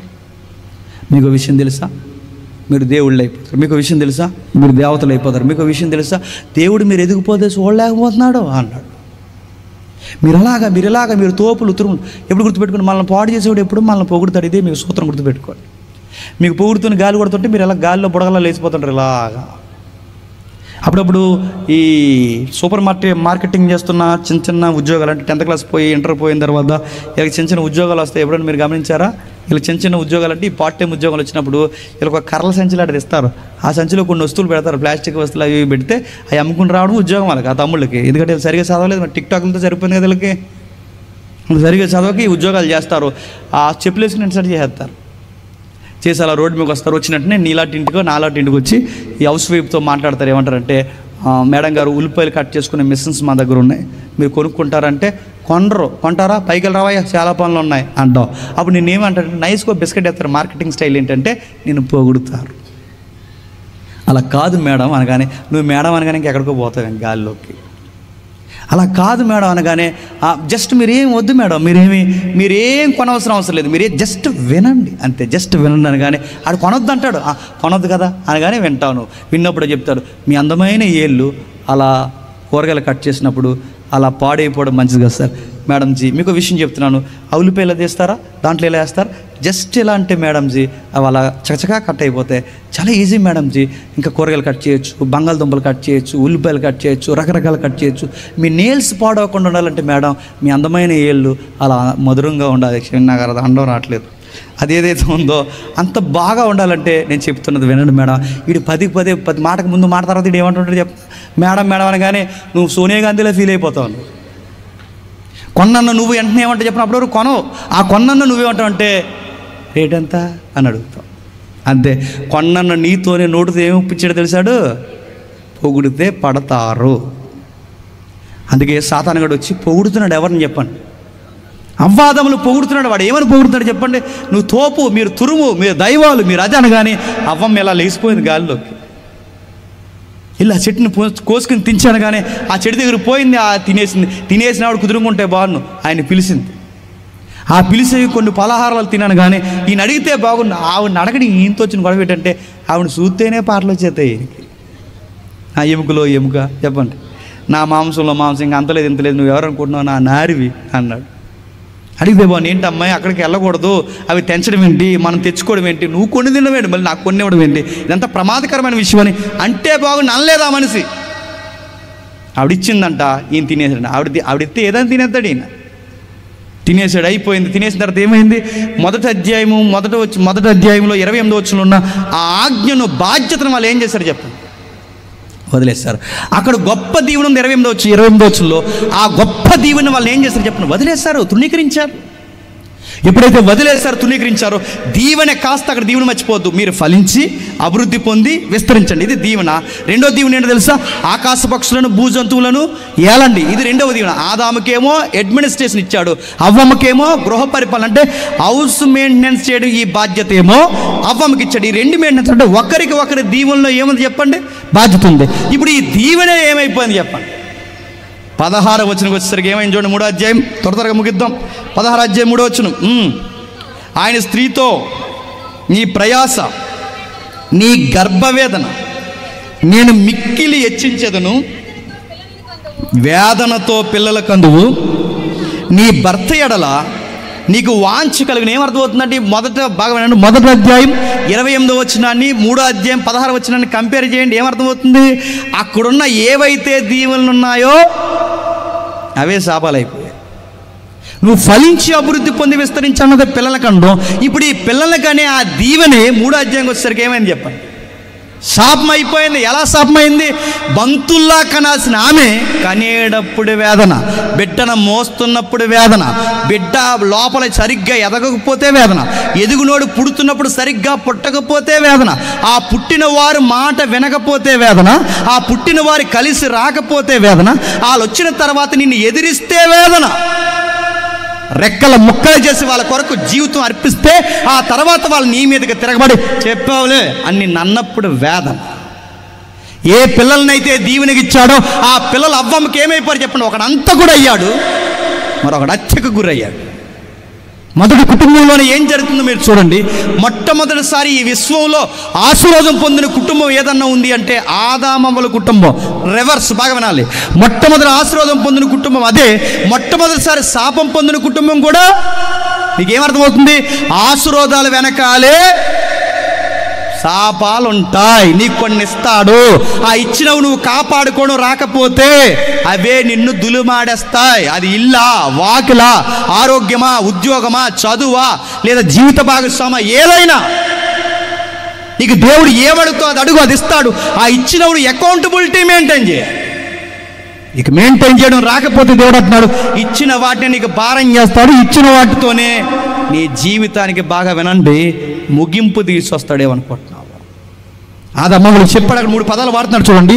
వేదన కలుగుద్ది నీకు, నా ఆజ్ఞను త్రీకరించావు వేదన, వేదనతో పిల్లల కంటావు, వేదనతో ప్రయాసతో గర్భం ధరిస్తావు, వేదనతో పిల్లల కంటావు. నీ భర్త నీకు వాంఛ, చాలా ప్రేమిస్తావు, కానీ రివర్స్ ఏంటి చెప్పనా? ఆడిని నేల్తాడు. భార్య భర్తల్లో ఉన్న అతిపెద్ద ప్రాబ్లం ఏంటి చెప్పండి? ఆవిడ ఎక్స్పెక్ట్ చేసింది ఆడు ఖచ్చితంగా చెయ్యడు. బాగా వినాలి. ఫేస్బుక్లో గొడవలు జరుగుతున్నాయి. ఒక భార్య అంటుంది, మీరు నన్ను ప్రేమించండి, మీకు ఎలా లోబడతాను అంత. ఆడన్నాడు, లోబడు, ఎలా ప్రేమించడం చూపిస్తా అన్నాడు. ఇవి లోబడదు, ఆడు ప్రేమించడు, ఎప్పటికీ జరగదు. అదే కాపురం, గుర్తుపెట్టుకోండి. ఆవిడంటే ప్రేమించమంటుంది, ఈడంటాడు లోబడమంటాడు, ఇద్దరు చేయరు. ఈ పోటీ ఎక్కడొచ్చింది చెప్పిన? ఆది కాండంలోనే వచ్చింది, గుర్తుపెట్టుకోండి. మొదటి కుటుంబంలో వచ్చింది. భార్య భర్తల్లో కాపరాలు ఫెయిల్యూర్ అయిపోవడానికి మాట కారణం ఏంటి చెప్పిన? ఒకరు లోబడరు, ఒకరు ప్రేమిస్తారు. ఈ రెండు ఎప్పుడైతే జరగాలో, ఎలా జరగాలో అసలు ఆది కాండంలో రాయాల్సిన ఈ వివరణ ఎక్కడ రాశారో తెలుసా? ఎఫ్సీ పత్రికలో రాశారు. నిజానికి ఎఫ్సీ పత్రికలు ఉండాల్సినంట ఆ వివరణ అంతానంట ఎక్కడ ఉండాలో తెలుసా? ఆది కాండం 3వ అధ్యాయంలో ఉండాలట, 2వ అధ్యాయంలో ఉండాలట.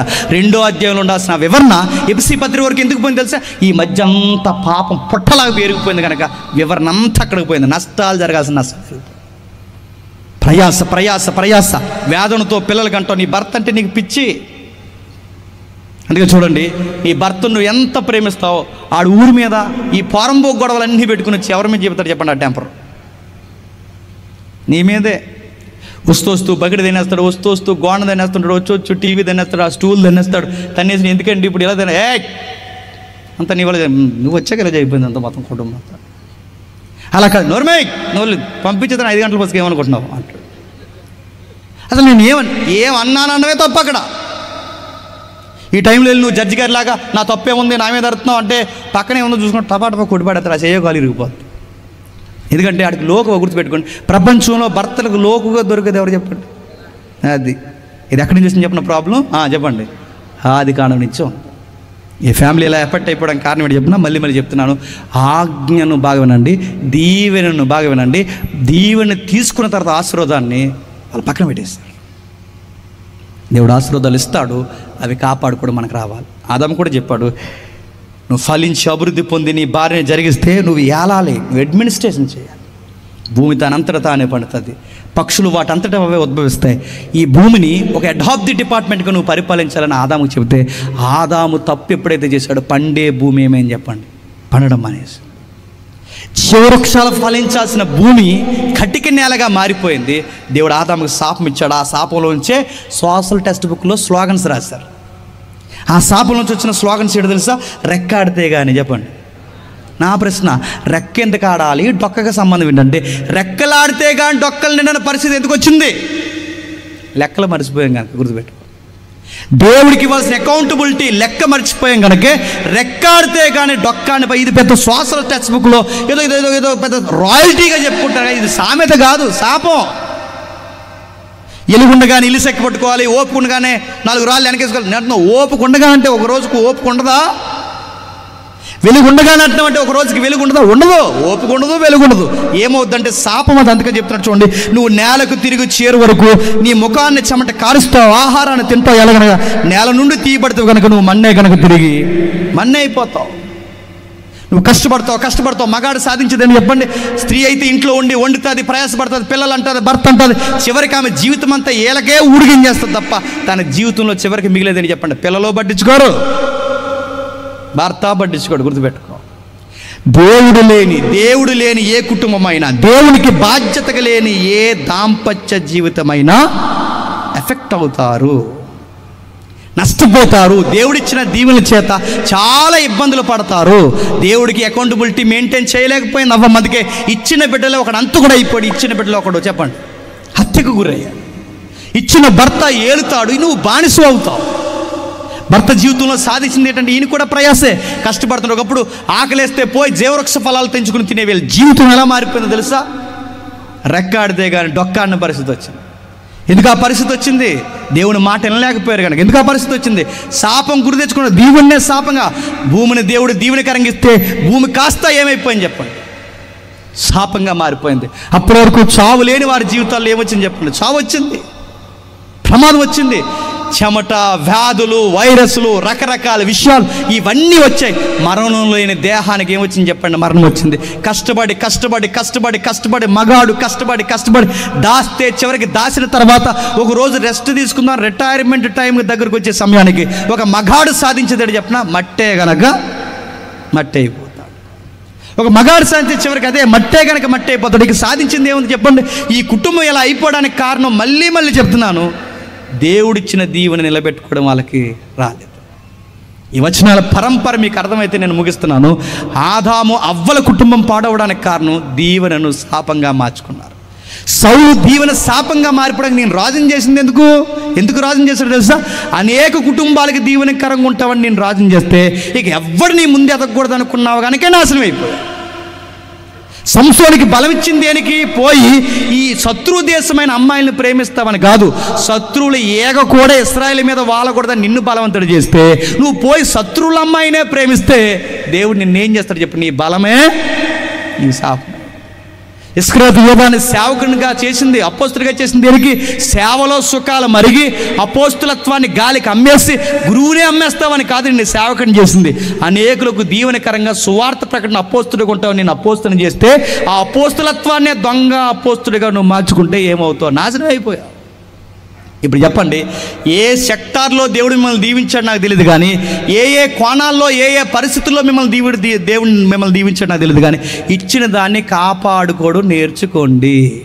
ఇల్లు ఇచ్చాడా, ఇంటిని బట్టి దేవుడు స్తుతించి, అంతేగాని ఆ ఇల్లుని బట్టి ఇంకెవరికి ఇల్లు లేదని ఎక్కిరించుకో.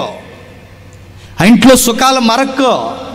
నీకు ఉద్యోగం ఇచ్చాడా, ఆ ఉద్యోగాన్ని బట్టి కళ్ళు నెత్తికెక్కే పరిస్థితి చేయక. ఆ ఉద్యోగాన్ని ఇవ్వడమో తెలుసు, దాన్ని తీయడమో తెలుసు.